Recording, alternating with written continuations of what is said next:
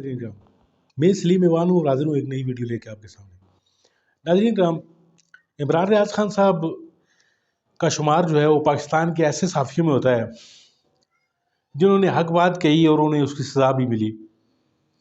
आपको पता है कि वो तकरीबन कुछ 4-5 माह जो है वो अगवा हुए, फिर उसके बाद वो उनको छोड़ दिया गया और छोड़ा भी ऐसी हालत में कि उनकी हालत नागुफ्ता बे थी, बोल नहीं सकते थे वो, उन पर तशद्दुद किया गया और आज तक नाज़रीन कराम किसी अगवाकार का कोई पता नहीं चला।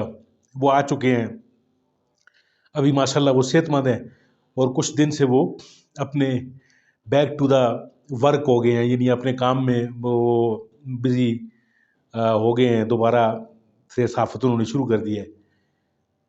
आज आपको मैं उनकी एक ऐसी वीडियो दिखाने जा रहा हूँ जो ग़ालिबन उनकी सहाफ़त शुरू करने की जो है दूसरा राउंड शुरू करने की वो पहली वीडियो है।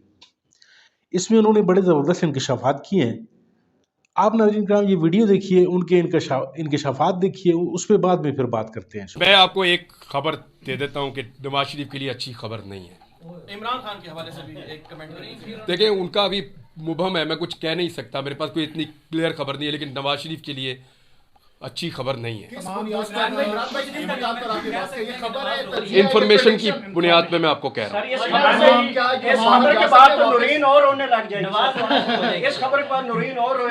अल्लाह उसको सब्र दे।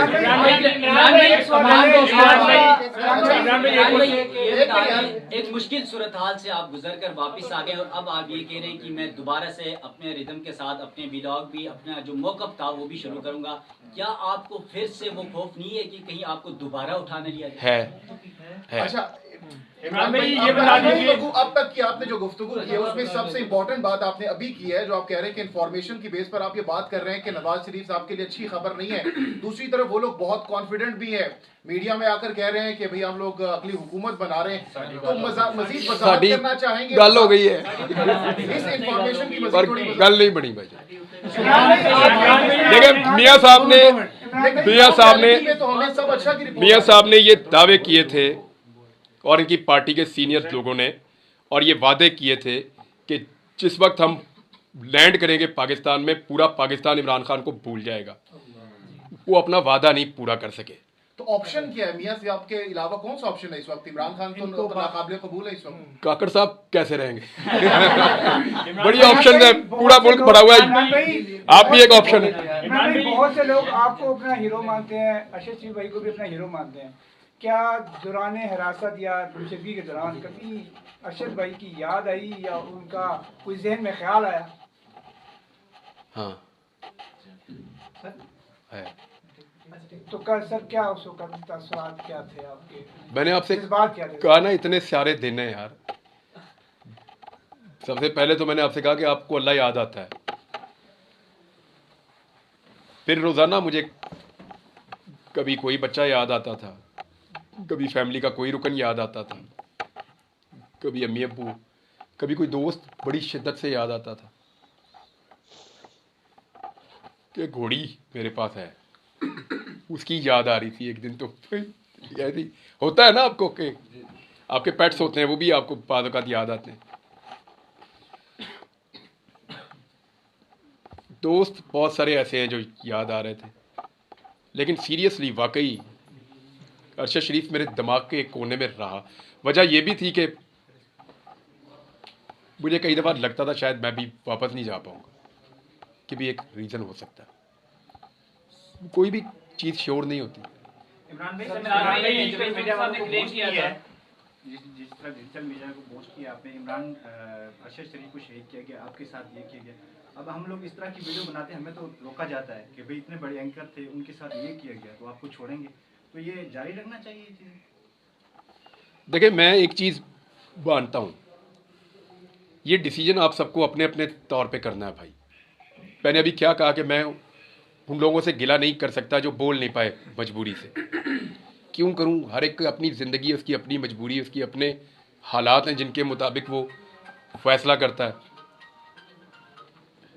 सबके अपने अपने हालात हैं ना, तो आपने अपने मुताबिक खुद फैसला करना है। मैं अगर मशवरा आपको दूंगा तो सिर्फ ये दूंगा कि आप लोग कुरान पाक को पढ़ें तर्जुमे से अच्छा और रहनुमाई ले लीजिए। ये बता दीजिए कि हाल ही में आप इस बात का इकरार कर चुके हैं कि नवाज शरीफ, शहबाज शरीफ, नवाज पार्टी के मुखालिफ आपको मुख्तलिफ फाइल्स दिखाई जाती थी जिनकी बेस पे आप शोज किया करते थे। आपने अपनी तकारीर में इस बात का एतराफ़ किया है। अब आप वापस आ चुके हैं, एक लंबा अर्सा आपसे जो है वो लापता काटा। तो ये बताएंगे आप दोबारा जब आप सहाफ़त का आगाज़ करने जा रहे हैं तो क्या मुक़द्दरा के साथ, इस्टेब्लिशमेंट के साथ आप किसी तरह के मरासिल रहेंगे? अच्छा, मैं आपको बता देता हूँ। देखो, इसको ज़रा आज क्लियर कर ही देते हैं। बहुत अच्छा किया आपने ये सवाल कर लिया। बैठे जी, इसको क्लियर कर देते हैं। हम में जादूगर कौन है? कोई ऐसा जो रात को सोता हो और उसको खबर आ जाती हो ख्वाब में। ऐसे ही खबरें आती हैं और उनको हम वेरीफाई करके अपने आप को कायल करते हैं और चला देते हैं। आपको ये जुमला तो याद है कि मैंने फाइलें देखी, लेकिन उसके बाद एक जुमला था, उसको याद करो, निकाल के सुनो और इस वीलॉग में लगाना कि पहले मैंने अपने आप को कायल किया। कैसे किया? Fact check. मैंने इनको लेटर लिखे थे शरीफ फैमिली को कि इसका जवाब दो। इनके पास किसी सवाल का जवाब नहीं था। तो जब मैं कायल हो गया तो मैंने अपना काम किया। हाँ, मुझे आज भी कोई भी पाकिस्तान का कोई भी इदारा मुझे आज भी खबर देगा तो मैं लूंगा उससे। क्यों नहीं लूंगा? लूंगा खबर, लेकिन अपने तरीके से उसको वेरीफाई करके चलाऊंगा, जैसे मैं पहले करता था। आज भी लूंगा। देखें, ये नहीं हो सकता कि हमें ख्वाब में खबर आए और हम चला दें। ये he said she said journalism नहीं है। आपके सोर्सेज बनते हैं इदारों में, महकमों में, एजेंसियों में, डिपार्टमेंट्स में, सहाफ़ियों में, पॉलिटिकल पार्टीज़ में। वहाँ से आप खबरें निकालते हैं।